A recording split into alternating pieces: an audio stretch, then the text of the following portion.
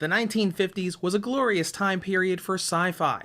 Entire genres were being made that would be reworked and used in future films, TV shows, and of course, gaming. The first that may come to mind is Earth Defense Force, which I do have some fond memories of through the PlayStation Vita. But what we have right now is a remake or remaster of a PlayStation 2 and original Xbox Alien Invasion adventure. So here is my review of the Destroy All Humans remake for the Nintendo Switch. The story here begins with an alien crash landing on Earth and seemingly dying in the desert, a clear reference to the infamous Roswell incident of 1947. Somewhere off in space, the rest of the species takes notice.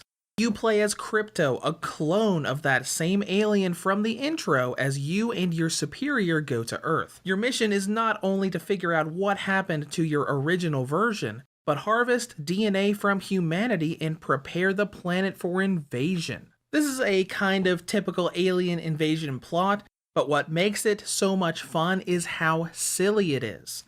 You've got a serious premise, but the game never takes itself seriously. There are constant jokes about movies from the 1950s and alien conspiracy culture in general. From the Majestic group that serves as the antagonists, a clear reference to the Majestic 12, to abducting cows and anal probing humans, you are taken on a hilarious journey of alien invasion.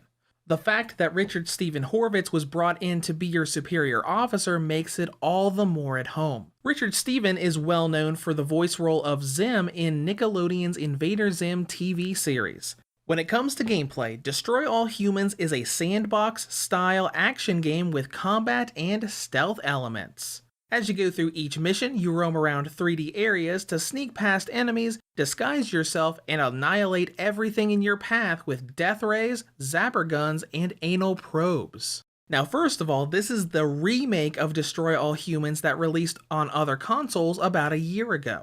As such, it has updated graphics and features the original PS2 and Xbox title did not have. Many of the missions and bosses are different, and there is exclusive content not found in the original. The biggest of this is a quote-unquote lost level in Area 42 called The Wrong Stuff. This was a planned level for the original that got scrapped during development, so the team recreated it and put it into the remake. Moving on, you progress through this game by going on missions in sandbox maps. When you enter each area, you have an objective like infiltrating a military base or investigating the humans in a specific area. There are a lot of stealth and combat elements that come into play here, all of which rely on a variety of alien powers and weaponry for you to be able to tackle. With abilities, you can scan human brains to read their thoughts, give them orders, make a distraction, or even disguise yourself as them. The latter is called Holobob and is the primary power you use during the covert stealth missions. You can disguise yourself as any human you find, and so long as you keep scanning brains to keep the disguise charged, you won't be noticed by others. Though later on this does get a bit more involved as you go into restricted areas that require you to holobob into specific types of people like police or military soldiers. This is crucial for stealthing around as those missions have a requirement of not getting caught. If you don't do things right and get caught, the mission will automatically fail, reloading a checkpoint for you to try again.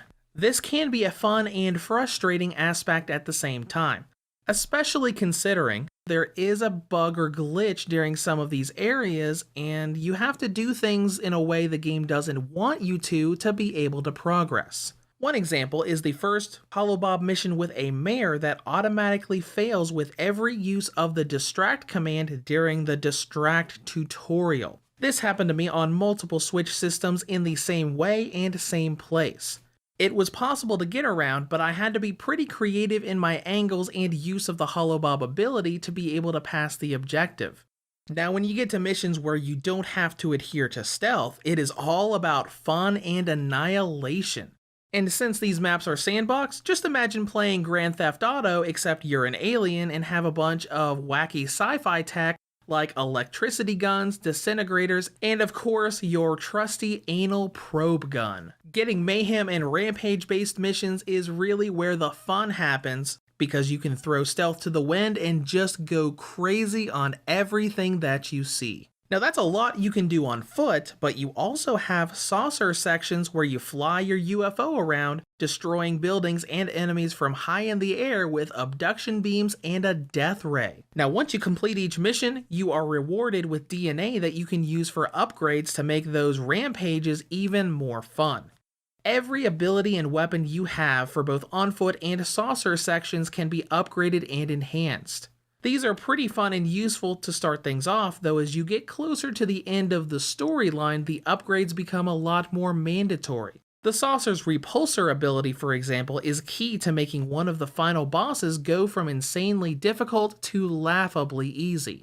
And the missions aren't all you can do. Once you do a story mission in each area, you can unlock Sandbox mode for it. This lets you explore around, causing mayhem to your heart's content, finding hidden collectibles, and completing challenges for extra DNA if you really need another upgrade for the next mission. When all of this comes together, you get a decent amount of content and length. Destroy All Humans costs around $40, which is the same as it does on other platforms. If you haven't played this game before, you can probably get around 7 to 10 hours out of it, maybe 12 if you really push it. So whether or not it is worth that price to you will depend a lot on how much you enjoy this wacky sci-fi parody stuff. Next up is presentation. Visually, the game is okay. Docked mode looks fairly smooth, though handheld mode does have a lot of jaggies around many of the models and a bit more blurring. It's also worth noting that some textures have a delay in fully rendering when you're running around town, and this happens in both docked and handheld. Performance is also around that same okay level.